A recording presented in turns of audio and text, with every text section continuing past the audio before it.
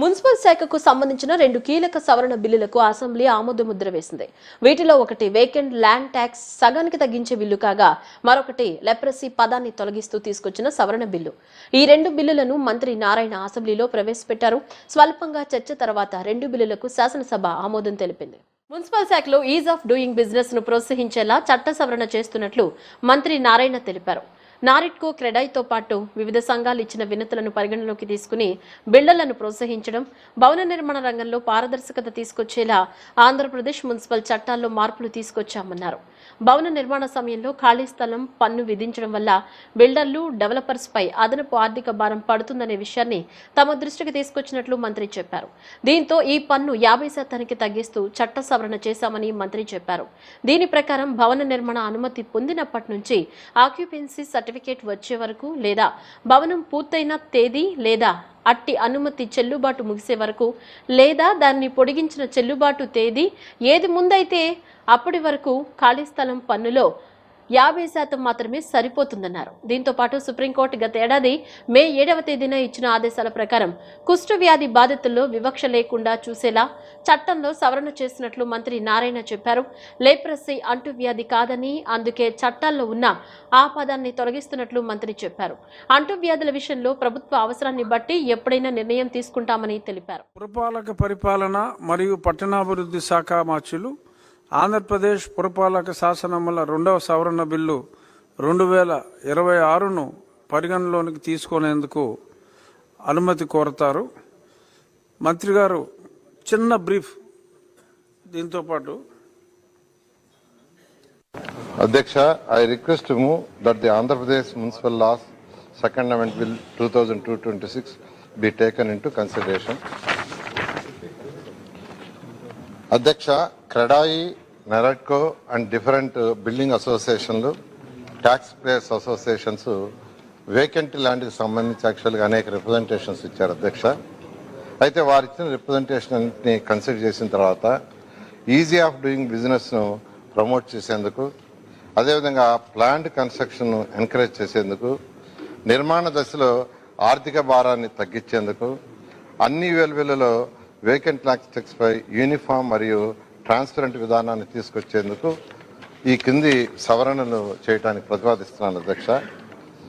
భవన నిర్మాణములకు అనుమతి మంజూరు చేసిన తేదీ నుండి స్వాధీన ధృవపత్రం జారీ చేసే తేదీ వరకు లేదా భవనము పూర్తయిన తేదీ వరకు లేదా అనుమతి చెల్లుబాటు తేదీ వరకు లేదా పొడిగించిన చెల్లుబాటు తేదీ వరకు ఇందులో ఏది ముందైతే ఆ తేదీ వరకు ప్రస్తుతం ఉన్న వేకెంట్ ల్యాండ్ ట్యాక్స్లో 50%ను రద్దు చేయడం జరిగింది అధ్యక్ష.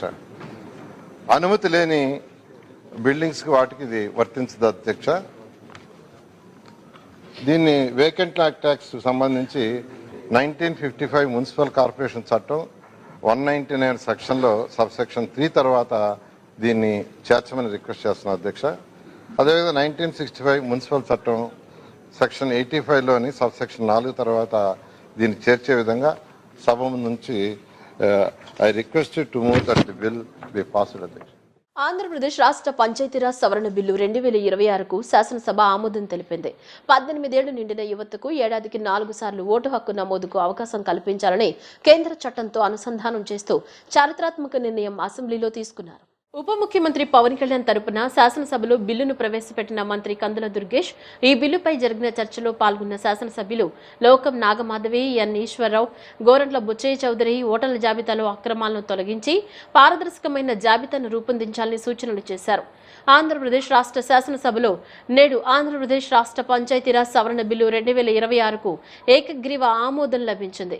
ఉప ముఖ్యమంత్రి, పంచాయతీరాజ్, గ్రామీణాభివృద్ధి, గ్రామీణ నీటి సరఫరా శాఖ మంత్రులు కొణిదెల పవన్ కళ్యాణ్ తరపున పర్యాటక శాఖ మంత్రి కందుల దుర్గేష్ ఈ బిల్లును సభలో ప్రవేశపెట్టారు.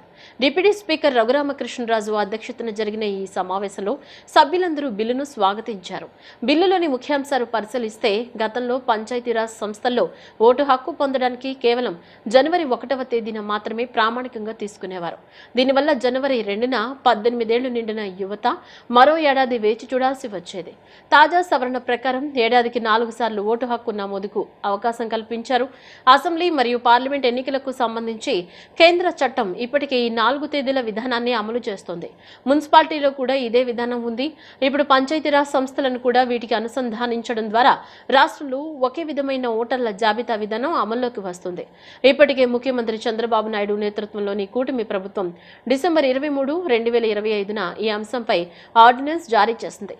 ప్రస్తుతం జరుగుతున్న అసెంబ్లీ సమావేశాల్లో దీనికి శాసనసభ చట్టబద్ధత కల్పించింది. గౌరవ ఉప ముఖ్యమంత్రి పంచాయతీరాజ్, గ్రామీణాభివృద్ధి మరియు గ్రామీణ నీటి సరఫరా శాఖ మంత్రి గారికి బదులుగా పర్యాటక శాఖ మంత్రి గారు ఆంధ్రప్రదేశ్ పంచాయతీరాజ్ సవరణ బిల్లు 2026ను ప్రవేశపెట్టేందుకు అనుమతి కోరుతారు. అధ్యక్ష, on behalf of deputy chief minister and Panchayati Raj minister Shri Pawan Kalyan గారు, I move for leave to introduce the Andhra Pradesh Panchayati Raj amendment bill 2026. అవునన్నారు, అందరూ అవునన్నారు. ప్రతిపాదన ఆమోదించబడినది. బిల్లు సభలో ప్రవేశపెట్టబడింది. ఆంధ్రప్రదేశ్ పంచాయతీరాజ్ సవరణ బిల్లు 2026ను పరిగణలోనికి తీసుకునేందుకు మంత్రి గారు అనుమతి కోరుతారు. అధ్యక్ష, ప్రధానంగా సవరణకి మూల కారణం మనకి ఇప్పటి వరకు పంచాయతీరాజ్ ఇన్స్టిట్యూషన్స్ లో ఓటు హక్కు కల్పించడానికి 18 సంవత్సరాలు నిండినటువంటి ప్రతి ఒక్కరికి కూడా అవకాశం ఉంది. అయితే దానికి కట్ ఆఫ్ డేట్ వచ్చి మనకి ప్రతి సంవత్సరం కూడా జనవరి 1వ తారీఖుని కట్ ఆఫ్ డేట్ గా పెట్టడం జరిగింది. అయితే ఈ మధ్యకాలంలో సెంట్రల్ యాక్ట్ లో మనకి అసెంబ్లీ మరియు పార్లమెంట్ కి సంబంధించినటువంటి ఈ నిర్ధారణ 18 సంవత్సరాలు నిండినటువంటి వారికి ఓటు హక్కు కల్పించేటువంటి అవకాశం ఏప్రిల్ 1 కూడా మొదలు పెట్టారు. జనవరి 1తో పాటు ఏప్రిల్ 1, జూలై 1, అదేవిధంగా మనకి అక్టోబర్ 1, వాటి మూడింటిని కూడా చేర్చి మొత్తంగా 4 పర్యాయాలు ఓటు హక్కు కల్పించడానికి వారి 18 సంవత్సరాల వయసు నిర్ధారణకి అవి పెట్టడం జరిగింది. దీనివల్ల వచ్చేటువంటి ఉపయోగం ఏంటంటే, సాధారణంగా జనవరి 1 వరకు మాత్రం పరిమితం చేస్తే జనవరి 2వ తారీఖుని 3వ తారీఖుని 18 సంవత్సరాలు నిండిన వారికి మళ్లీ సంవత్సరం పాటు వెయిట్ చేస్తే గానీ వారికి ఓటు హక్కు అవకాశం దొరకదు. ఈ 4 పర్యాయాలు పెట్టడం వల్ల మధ్యలో 18 సంవత్సరాలు అటైన్ అయినటువంటి వారు ఎవరైతే ఉంటారో, 18 సంవత్సరాలు నిండినటువంటి యువతీ యువకులు ఎవరైతే ఉంటారో వారికి ప్రతి 3 నెలలకు ఒకసారి వారు ఓటు నిర్ధారించుకోవడానికి, అందులో ఓటర్ లిస్టు పేరు నమోదు చేసుకోవడానికి అవకాశం దొరుకుతుందనేటువంటి సదుద్దేశంతో ఈ కార్యక్రమాన్ని ఏర్పాటు చేశారు. సెంట్రల్ యాక్ట్ అసెంబ్లీకి, పార్లమెంట్కి మాత్రమే పరిమితం అయింది. ఇక్కడ మనం రాష్ట్రం వరకు చూసుకుంటే మన ఇవి ఏవైతే ఉంటాయో ఓటర్ లిస్టులు, ఆ లిస్టులన్నీ కూడా అసెంబ్లీ, పార్లమెంట్కి సంబంధించే ఉంటాయి. అయితే పంచాయతీరాజ్ ఇన్స్టిట్యూషన్స్ కూడా ఆ ప్రకారమే 4 పర్యాయాలు ఈ అవకాశం కల్పించినట్లయితే ఆన్ పార్ విత్ సెంట్రల్ యాక్ట్కి మనం అనుసంధానం చేస్తూ దీన్ని, తద్వారా పురపాలక సంఘాలు ఎలాగా ఇప్పటికే జరిగింది, పంచాయతీరాజ్లో కూడా ఆ ఇన్స్టిట్యూషన్స్ లో కూడా ఎవరైతే యువతీ యువకులు 18 సంవత్సరాలు నిండారో వారందరికీ ఓటు హక్కు కల్పించేటువంటి ఒక మంచి అవకాశం దీని ద్వారా లభిస్తుంది. అందువల్ల ఇది ఒక ప్రోగ్రెసివ్ కార్యక్రమంగానే మనం తీసుకోవాలి. దాంతో పాటు దీని యొక్క ఇంపార్టెన్స్ ను గుర్తించి ముఖ్యమంత్రి గారు మనకి డిసెంబర్ 23వ తారీఖు 2025లో దీని ఆర్డినెన్స్ రూపంలో తీసుకురావడం జరిగింది. ఆర్డినెన్స్ ప్రకారం దీనికి ఇప్పటికే దానికి కార్యక్రమం నడుస్తుంది. అయితే దానికి చట్టబద్ధత కల్పించడానికి అప్పుడు మనకి హౌస్ లేదు కాబట్టి అది ఆర్డినెన్స్ రూపంలో ఇచ్చారు. ఇప్పుడు చట్టబద్ధత కల్పించడానికి ఈ హౌస్లో దీన్ని మూవ్ చేస్తున్నాం. దీన్ని అందరూ కూడా స్వాగతించాల్సిందిగా కోరుకుంటున్నాం. 22A నిషేధిత జాబితా నుంచి భూములను తొలగించే ప్రక్రియను మరింత సరళతరం చేస్తామని రాష్ట్ర రెవెన్యూ, రిజిస్ట్రేషన్ మరియు స్టాంప్ శాఖ మంత్రి అనగాని సత్యప్రసాద్ తెలిపారు. పేదలకు లబ్ధి జరిగేలా, సామాన్యులు నష్టపోకుండా ఉండేలా 22A నిషేధిత భూముల సమస్యను పరిష్కరించమని ముఖ్యమంత్రి చంద్రబాబు తమకు మార్గనిర్దేశం చేశారని, తాము ఆ దిశగా పనిచేస్తున్నామని చెప్పారు. శాసనసభలో TDP MLA Kulikalapudi Srinivasa Rao, BJP MLA Vishnu Kumar Raju భూ ఆక్రమణ, 22A జాబితా నుంచి తొలగింపు అంశాలపై అడిగిన ప్రశ్నలకు మంత్రి అనగాని సమాధానమిస్తూ 22A నిషేధిత జాబితా నుంచి ప్రైవేట్ భూములను తొలగించేందుకు ఇప్పటికే మెమోను జారీ చేశామని, ఇందులో 5 రకాల భూములను నిషేధిత జాబితా నుంచి తొలగించే అవకాశాన్ని కల్పించామని చెప్పారు. ఈ సందర్భంలో స్పీకర్ అయ్యన్న పాత్రుడు కలగజేసుకుని 22A నిషేధిత భూముల సమస్య రాష్ట్రమంతా ఉందని, వీటి పరిష్కారానికి ప్రభుత్వం కూడా మంచి మార్గదర్శకాలు కూడా ఇచ్చిందని, ఇవి అమలయ్యేలా చూడాలని మంత్రి అనగానిని కోరారు. దీనిపై మంత్రి అనగాని సత్యప్రసాద్ స్పందిస్తూ 22A నిషేధిత జాబితా నుంచి ప్రైవేట్ భూముల తొలగింపు ప్రక్రియను మరింత సులభతరం చేస్తామన్నారు. తమ రెవెన్యూ శాఖ ప్రత్యేక ప్రధాన కార్యదర్శి, తాను, అధికారులు ఎప్పటికప్పుడు సమీక్షలు చేసుకుంటూ ఒక టీంగా ఏర్పడి 22A భూముల సమస్యకు పరిష్కారం చూపిస్తున్నామని చెప్పారు.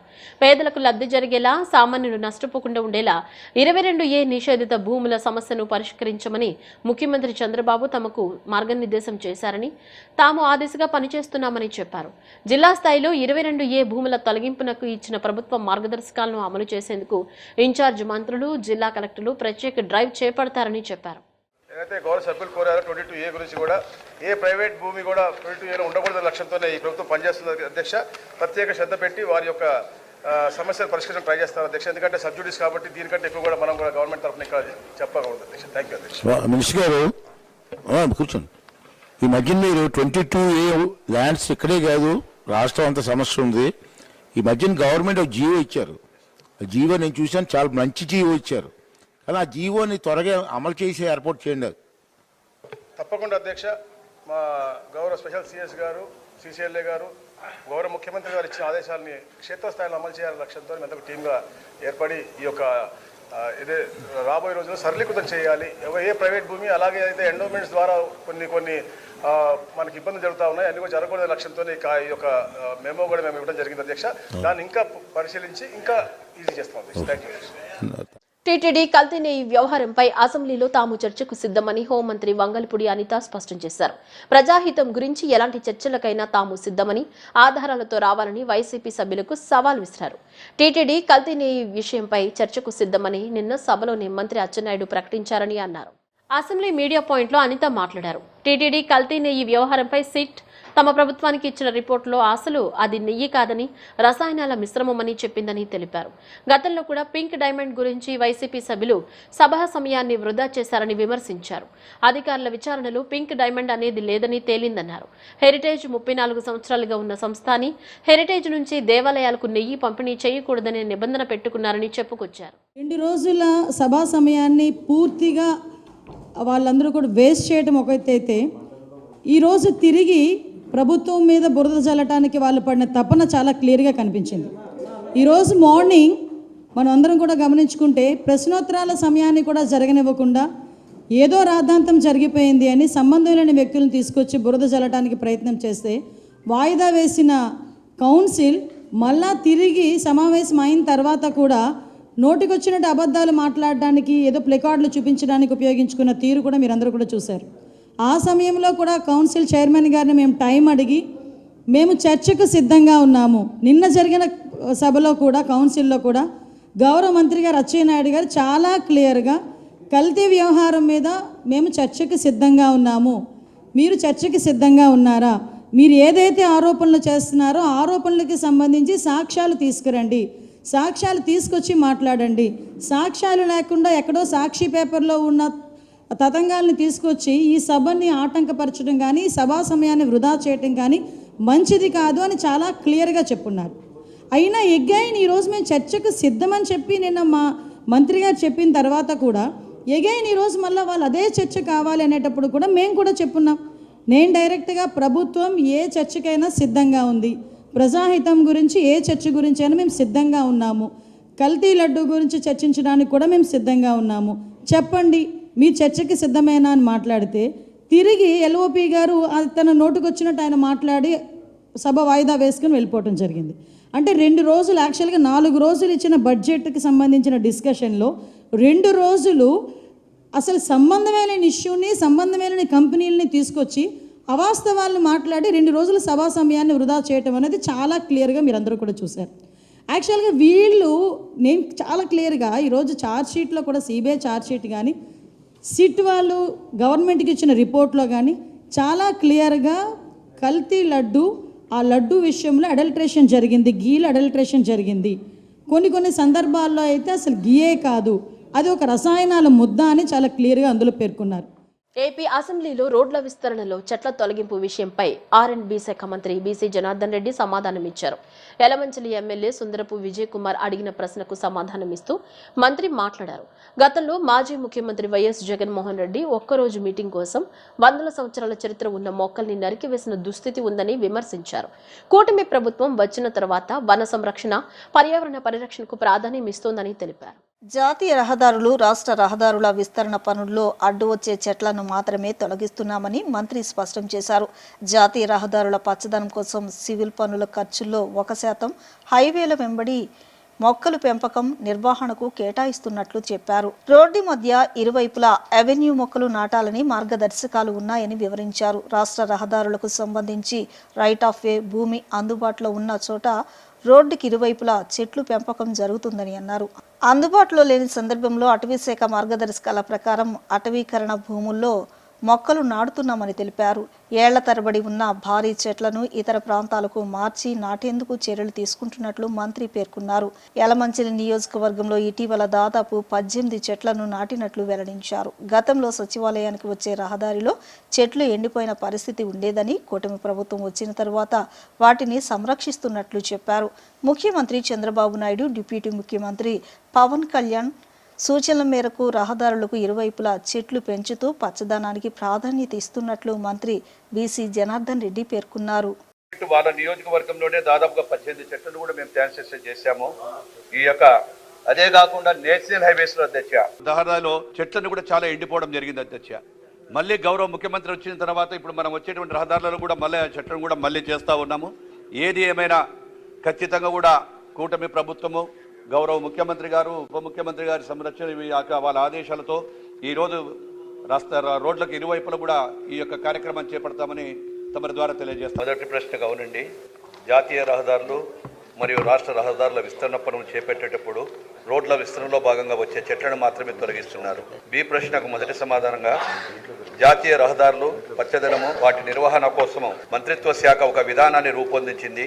సివిల్ వర్క్స్ ఖర్చులో 1% జాతీయ రహదారుల వెంబడి మొక్కల పెంపకము మరియు వాటి నిర్వహణ కోసం కేటాయించబడుతుంది. రోడ్డు మధ్య భాగంలో మీడియన్లో మరియు రహదారి రెండు వైపులా అవెన్యూ మొక్కలు నాటడం పనులు ఐఆర్సీ ఎస్పీ 21 ల్యాండ్స్కేపింగ్ మరియు చెట్ల నాటడం మార్గదర్శకాలు కూడా ప్రకారం చేస్తాం అధ్యక్ష.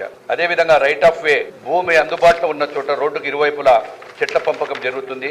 మరియు రైట్ ఆఫ్ వే అందుబాటులో లేని పక్షంలో అటవీ శాఖ అమల్లో ఉన్న మార్గదర్శకాల ప్రకారం అటవీకరణ కోసం గుర్తించిన భూములను పరిహార అటవీకరణ జరుగుతుంది. ఇంకా చెట్లు పాతవి మరియు భారీ చుట్టూ కొలత కలిగి ఉంటే చెట్లను ఇతర ప్రాంతాలకు మార్చి నాటుటకు ట్రాన్స్లేషన్ చర్యకు తీసుకునబడతాయని చెప్పి తెలియజేయడం అయింది. ధన్యవాదాలు అధ్యక్ష. వాస్తవానికి అధ్యక్ష ఆంధ్రప్రదేశ్ అసెంబ్లీ బడ్జెట్ సమావేశాలు కొనసాగుతున్నాయి. 5వ రోజు ప్రశ్నోత్తరాలతో సభా కార్యకలాపాలను స్పీకర్ సిహెచ్ అయ్యన్న పాత్రుడు ప్రారంభించారు.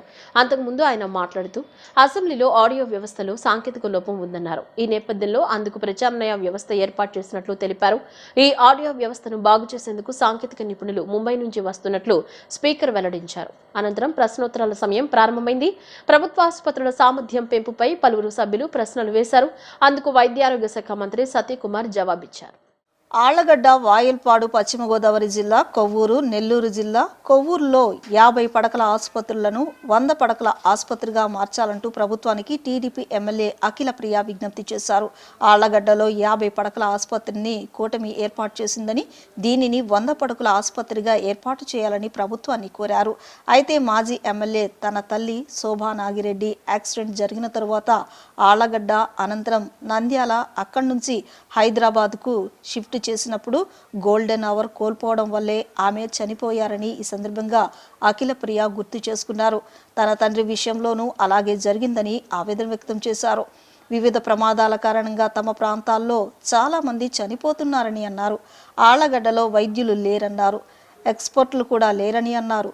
అందువల్ల నంద్యాల, కర్నూలుకు రిఫర్ చేసిన కేసులు వేలల్లో ఉన్నాయని ఆమె వివరించారు. ఆళ్లగడ్డలో కనీసం ట్రామా సెంటర్ సైతం ఏర్పాటు చేయాలని ప్రభుత్వాన్ని ఎమ్మెల్యే అఖిల ప్రియ కోరారు. దీనిపై మంత్రి సత్యకుమార్ స్పందించారు. ప్రభుత్వ ఆసుపత్రుల్లో 50 నుంచి 100 పడకల సామర్థ్యానికి పెంచాలంటూ తమకు ప్రతిపాదనలు వచ్చాయని అన్నారు. అయితే ట్రామా సెంటర్ల విషయంలో ప్రతి 100 కిలోమీటర్లకు ఒకటి ఏర్పాటు చేయాలంటూ ఇప్పటికే కేంద్రం ప్రకటన చేసిందని వివరించారు. ఇందులో స్పీకర్ అయ్యన్న పాత్రుడు జోక్యం చేసుకున్నారు. జాతీయ రహదారిపై క్రిటికల్ కేర్ బ్లాక్లు ఏర్పాటు చేయాలని సూచించారు. ఈ ప్రక్రియ ఇప్పటికే ప్రారంభమైందని మంత్రి సత్యకుమార్ యాదవ్ వెల్లడించారు. ముఖ్యమైన గమనికమ్మా, ఈ సభలో ఆడియో సిస్టంలో తలెత్తిన సాంకేతిక సమస్య మీకు అంత తెలిసిన పరిష్కారానికి రాత్రంతా ప్రయత్నాలు జరుగుతూనే ఉన్నాయి. కొంత మేరకు సమస్య పరిష్కారం అయింది. టెక్నీషియన్ కూడా బాంబే నుంచి ఇప్పుడు వస్తున్నారు ఫ్లైట్లో, అది కూడా పూర్తవుతుంది.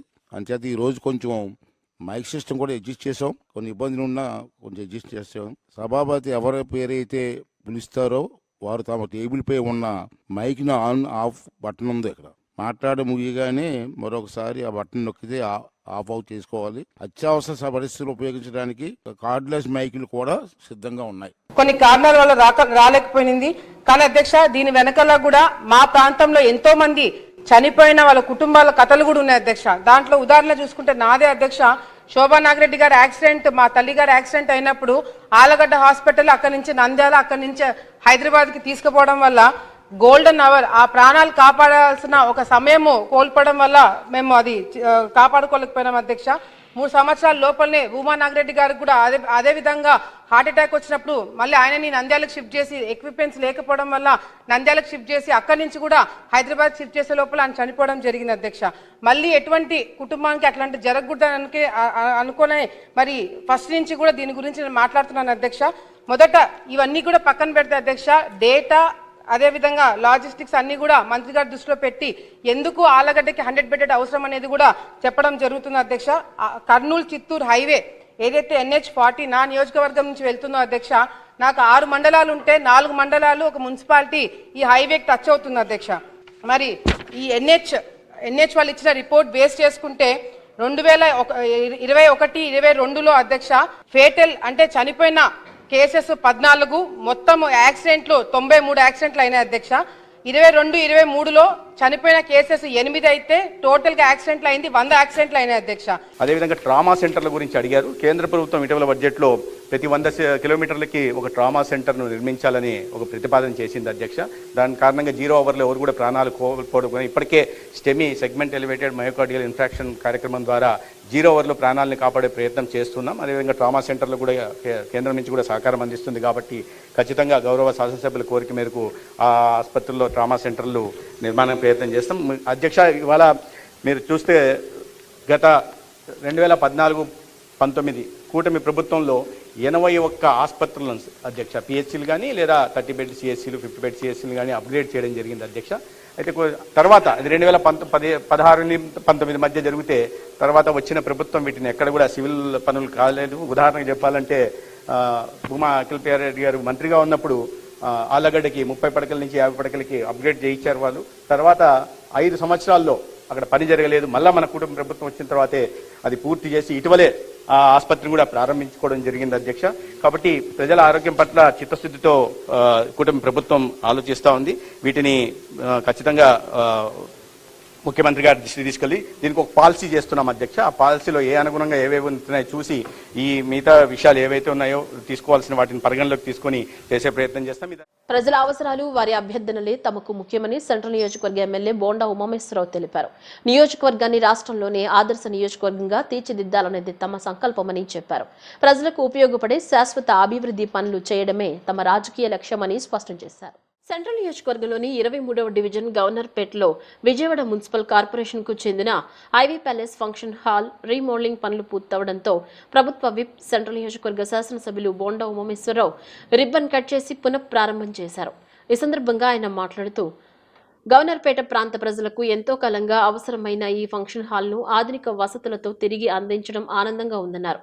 ప్రజల అవసరాలు, వారి అభ్యర్థనలు తనకు ముఖ్యమని, వాటిని దృష్టిలో పెట్టుకుని అభివృద్ధి కార్యక్రమాలు చేపడుతున్నామని తెలిపారు. ఇప్పటికే సెంట్రల్ నియోజకవర్గంలో 350 కోట్లకు పైగా నిధులు వెచ్చించి రోడ్లు, డ్రైనేజీలు, కమ్యూనిటీ హాల్స్, పార్కులు, వీధి దీపాలు తదితర మౌలిక వసతులు అభివృద్ధి పనులు చేపట్టామని చెప్పారు. ప్రతి డివిజన్లో సమాన అభివృద్ధి సాధించడమే తమ లక్ష్యమని, ఎక్కడైనా సమస్య ఉంటే వెంటనే స్పందించి పరిష్కారం చూపిస్తున్నామని పేర్కొన్నారు.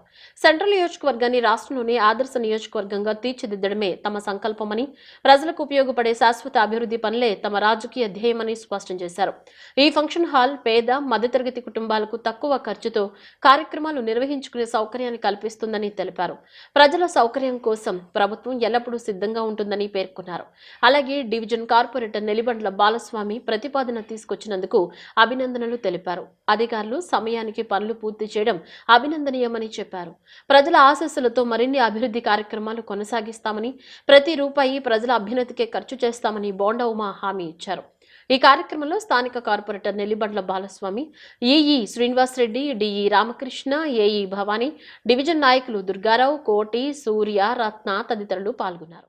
వైసీపీ ఎమ్మెల్సీ తలసిల రఘురాం తండ్రి తలసిల చంద్రశేఖరరావు భౌతికాయానికి వైఎస్ జగన్ నివాళులర్పించారు. చంద్రశేఖరరావు ఆత్మకు శాంతి చేకూరాలని దేవుణ్ణి ప్రార్థిస్తున్నానని వైఎస్ జగన్ తెలిపారు. YCP Congress party MLC Talasila Raghuram తండ్రి తలసిల చంద్రశేఖరరావు మరణం పట్ల మాజీ ముఖ్యమంత్రి వైఎస్ఆర్ కాంగ్రెస్ పార్టీ అధ్యక్షుడు వైఎస్ జగన్ ప్రగాఢ సంతాపం వ్యక్తం చేశారు. ఈ సందర్భంగా వైఎస్ జగన్ గొల్లపూడిలోని తలసిల రఘురాం నివాసానికి వెళ్లి చంద్రశేఖరరావు భౌతికాయానికి పుష్పాంజలి ఘటించి నివాళులర్పించారు. కుటుంబ సభ్యులను పరామర్శించి వారికి ధైర్యం చెప్పారు. చంద్రశేఖరరావు మరణం తలసిల రఘురాంకి కుటుంబ సభ్యులకు తీరని లోటని తెలిపారు. ఈ దుఃఖ సమయంలో తలసిల రఘురాంకి వారి కుటుంబ సభ్యులకు తన ప్రగాఢ సానుభూతి తెలియజేస్తూ చంద్రశేఖరరావు ఆత్మకు శాంతి చేకూరాలని దేవుని ప్రార్థిస్తున్నానని వైఎస్ జగన్ తెలిపారు.